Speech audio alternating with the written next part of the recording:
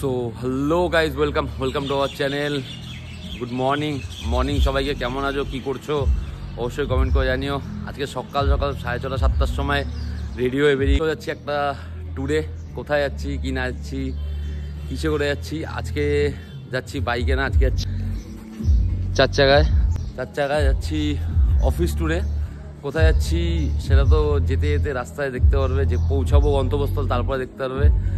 আর গাড়ির ড্রাইভার বলছি, আমাদের বন্ধুর সঙ্গে দেখা করি যে গাড়ি চালাবে আজকে, আর আমি পাশে থাকবো। আমি এখন রাস্তা চালাতে পাই না ভাই, ভাই গাড়ি চালাবে আমাদের। ভাই এখন গান শুনতে ব্যস্ত। তো চলো আগে জার্নি স্টার্ট করি, যেতে যাবো তোমাদের সঙ্গে আরও কথা হবে।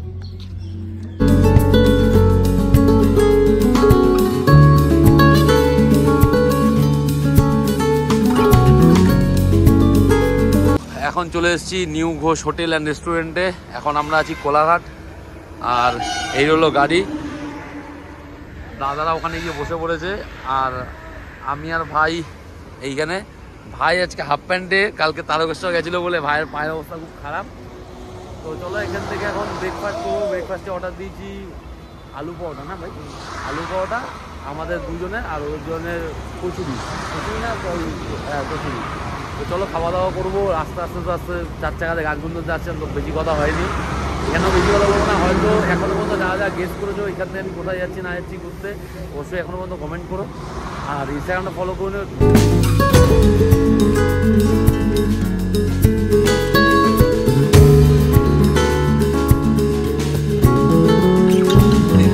এই রাস্তাটা জানতাম না, মেইন ড্রাইভের রাস্তা।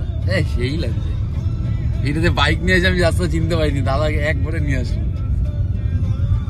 দেখ আমার ম্যাপ দেখার দরকার হচ্ছে না, গুগল ম্যাপ গল্প করতে করতে গুগল ম্যাপ না, গুগল ম্যাপ বলছি। গুগল ম্যাপ তো ফোনে গুগল ম্যাপ।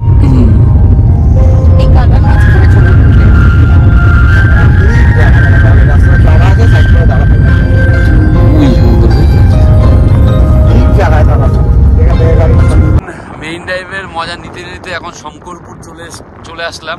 এসে নেমে এরকম একটা সুন্দর ভিউয়ের সঙ্গে তোমাদেরকে স্বাগতম জানাচ্ছি দীঘাতে, আর নিজেরও তো ওয়েলকাম হলো শঙ্করপুরে।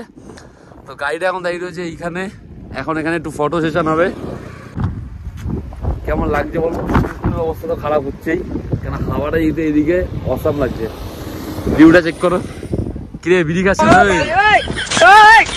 ও গাইস, এখন তোমার শঙ্করপুরে দাঁড়িয়ে এখন ছবি সেশন হলো।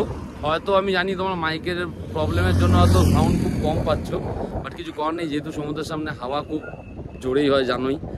তো চলো, এখনও তো হোটেল ঢুকিনি।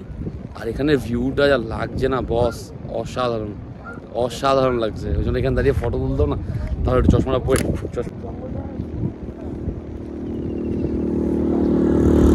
তো ভিউটা দেখতে পাচ্ছ তো, অসাধারণ লাগছে।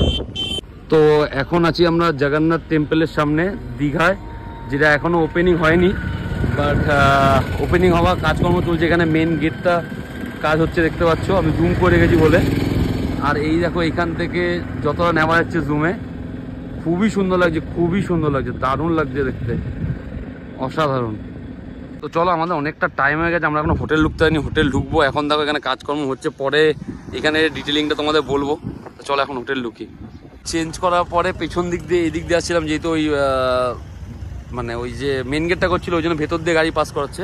তো এখন মন্দিরটা এখান দিয়ে লাগছে, দেখো খুবই সুন্দর লাগছে এদিক দিয়ে। এটা হয়তো পেছন এন্ট্রান্স, মেন এন্ট্রান্স না, পেছন দিক দিয়ে ভালো লাগছে। তাই গাড়ি থেকে দাঁড়িয়ে বারবার করে ক্লিপ নেওয়ার জন্য তোমাদের জন্য দাঁড়াচ্ছি। দেখো কেমন লাগছে।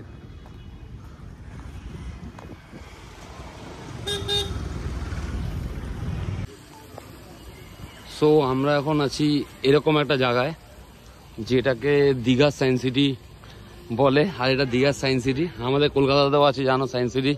এটা দীঘার সায়েন্স সিটি। এটা দেখো দীঘার বিজ্ঞান কেন্দ্র, জাতীয় কেন্দ্র। এবার তোমাদের দেখাচ্ছি এই একটা ফাউন্টেন, ঠিক আছে। আর এইখানে কেন আছে এটা পরে বলছি, যে এখানে রুমে যাবো বলে এইখানে চলে আসলাম। এই দেখো, এটা হলো লেখা সাইনবোর্ড দীঘা সায়েন্স সিটি। হয়তো উল্টো দিকে করে দেখাচ্ছে, কেন আমি যেহেতু ভেতরে আছি। এটা রোড থেকে সোজা দেখাবে।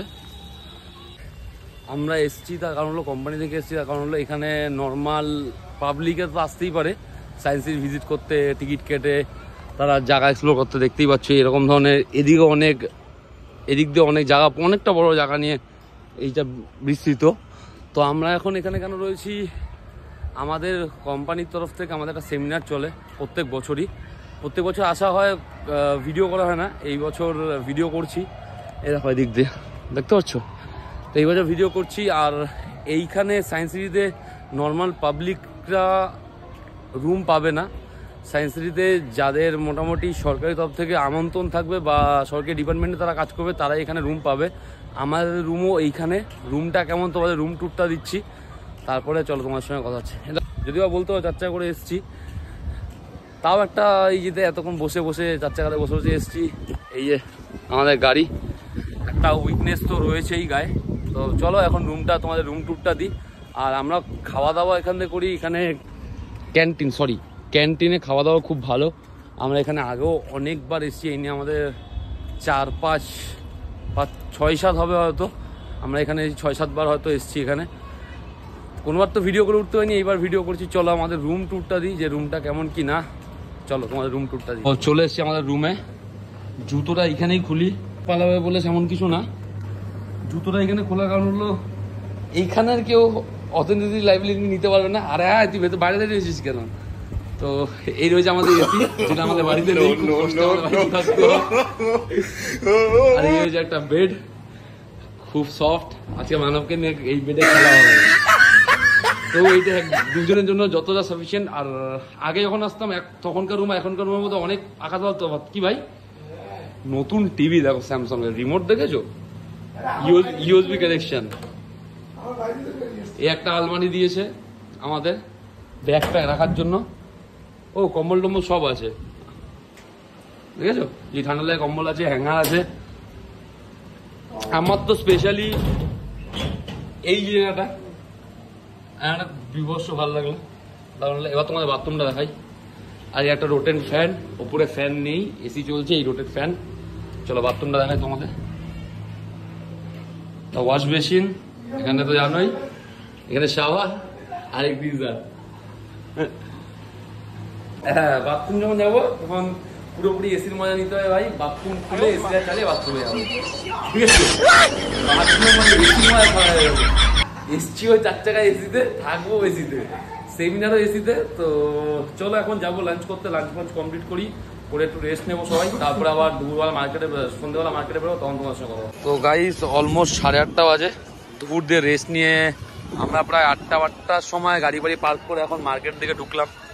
সিবিজের দিকে যাচ্ছি একটু পরে। দাদারা সিবিজের দিকে চলে গেল, আমরা মার্কেট দিকে ঢুকলাম, চা পা খেলাম। তাই তো ভাই, ভালো ঘুম হয়েছে আমাদের। এসি আর বেরোনোর কিছু ছিল না, এখন ঘুম দিয়ে উঠে এখন মার্কেটটা ঘুরবো। ভিড় চেক করো শুধু। চলো ওখানে একটু মাছ খাবো। চলো ভাই ওদিকে একটু মাছ খাবো, একটা চিংড়ি মাছ তো খাবোই। এখন চিংড়ি মাছ খাওয়া প্রোগ্রাম চলছে, দেখা যাক। যাবে এটা সত্যি কথা ভাই। তা জিজ্ঞেস কর চিংড়ি মাছের প্লেট কত? চিংড়ি মাছের প্লেট কত? চিংড়ি মাছের প্লেট কত? 50 টাকা কপি।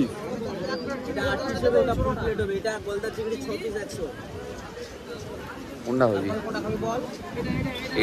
এটা 6 পিস 100, ওটা 50 টাকা প্লেট, তাই না? হ্যাঁ দাও 50 টাকা প্লেট একটা করে দাও। তো এই যে 50 টাকা প্লেট। ভাই প্রথমে টেস্ট করছে, বলছে খোসা ছাড়িয়ে খেতে হবে নাকি।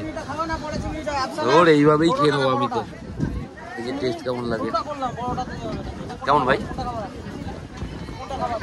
হ্যাঁ, কোটিংটা ভালো।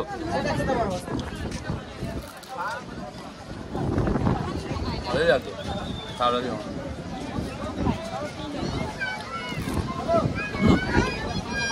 না প্রপার ভাজা, ভালো লাগছে না। ওইটা পেট খাওয়া হতে পারে, পেট খাওয়া হবে না। এখন আমরা প্রচুর হাওয়া তো চলছেই, হাওয়ার এতে হয়তো নয়েজ আসছে, হাওয়ার কিছু করার নেই। এখন আমরা বিচের সামনে যাচ্ছি, আমি আর ভাই আছি। দেখলে দাদারা গাড়ির সামনেই রয়েছে, গাড়ির সামনে চলে গেছে। এখন তোমাদের একটু রাতের সি বিচটা দেখাই যে কেমন ভিড়। এখন 9টা বাজতে যায়, দীঘা দেখলে মনে হবে না যে 9টা বাজতে যায়। আর যেহেতু রাত্রেবেলা আর ওয়েদারটা যা সুন্দর না, মানে এখন হিসাবে একটু গরম লাগবে রুমে গেলে, বাট কিছুক্ষণ পর থেকে 10-11টা পর থেকে ঠান্ডা লাগে চলে যাবে। কি ভাই, আমরা দুপুরে এসি বন্ধ করে শুয়েছিলাম, এমন ঠান্ডা লাগছিল। দেখো চেক করো, শুধু যত দেখবে তত মাথা খায় বেশি। খাঁচা খাচ বিচ। আর এই রয়েছে কিছু বিচটা দেখাচ্ছি, দেখো বিবর্ষ আওয়াজ, বিবর্ষ ওয়েদার দীঘায়।